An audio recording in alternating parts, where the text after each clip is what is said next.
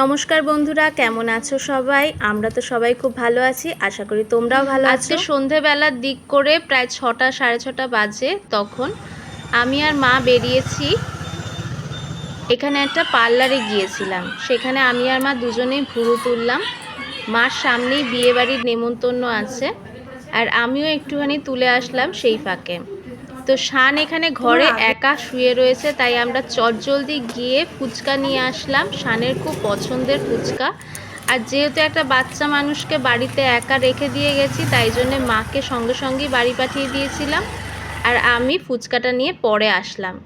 তো এখানে দেখো দুজনের মুখটাই বেশ ফ্রেশ লাগছে ভ্রুর প্লাক করানোর জন্য।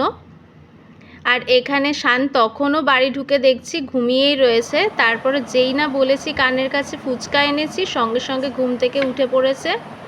তো এখানে দেখো এসে ফুচকা খেতে বসে গেছে। টক জল ফুচকা খেতেও কিন্তু ও পারে।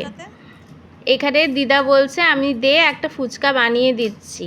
তো শান এখানে বলছে যে না, আমি নিজেই বানাতে পারবো। তো ও কিন্তু ভালো ফুচকা বানিয়ে খাওয়াতে পারে। আমাদের এখানে যে কাকুটার দোকান থেকে আমরা আনি, সে খুব সুন্দরভাবে মেখে দেয়।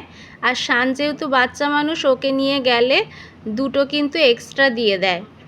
তো আজকেও হয়তো এক্সট্রা দিয়েছে, আমরা সেটা দেখিনি। আর ফুচকাটাও বেশ মুচমুচে টেস্টি ছিল খেতে।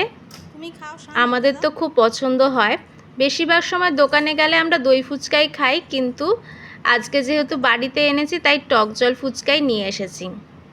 শান দুটো খেতেই খুবই পছন্দ করে। তো আজকের সন্ধেবেলাটা কিন্তু আমাদের বেশ ভালোই কাটলো। তোমাদের কেমন লাগলো জানিও।